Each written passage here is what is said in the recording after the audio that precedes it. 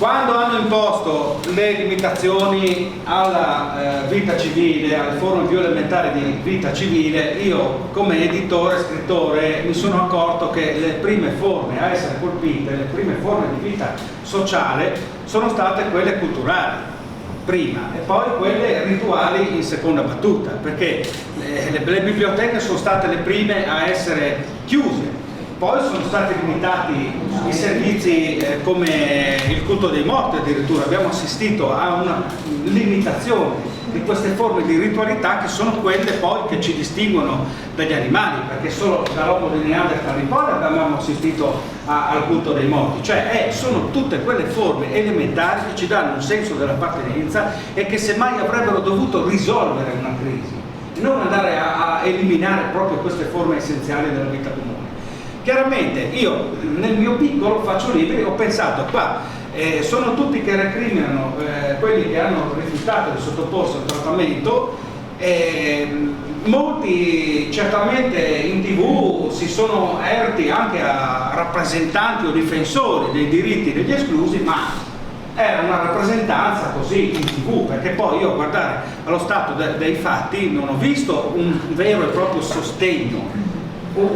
forse qualche colletta alimentare, ma proprio un riconoscimento, fosse anche soltanto una targhetta a gente che ha scelto di pagare le conseguenze di questa scelta, di essere isolato dagli amici, di non poter più frequentare un cinema, una conferenza per mesi, per anni, sottoposti, torchiati, accusati. Addirittura c'era il Presidente della Repubblica che diceva che chi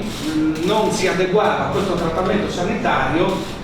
metteva a repentaglio la vita degli altri. Ma come? Sono diventato omicidi. Sono diventato un omicida, adesso siamo diventati omicidi, e poi anche i capi della religione, di diverse religioni, non solo quella cattolica, anche quella indiana, no? Anziché rassicurare, offrire una parvenza di serenità di fronte a una crisi come tante magari ne ha avute l'umanità, la peste, i terremoti, cioè la figura spirituale dovrebbe offrire un rasserenamento, di dire non c'è solo il corpo, confina nei valori dell'anima, qualsiasi che sia la tua religione, ma come dire, rasserenati che c'è un progetto più grande. No, perfino i rappresentanti della vita religiosa si sono sostituiti a quelli della medicina. Dico, che è successo?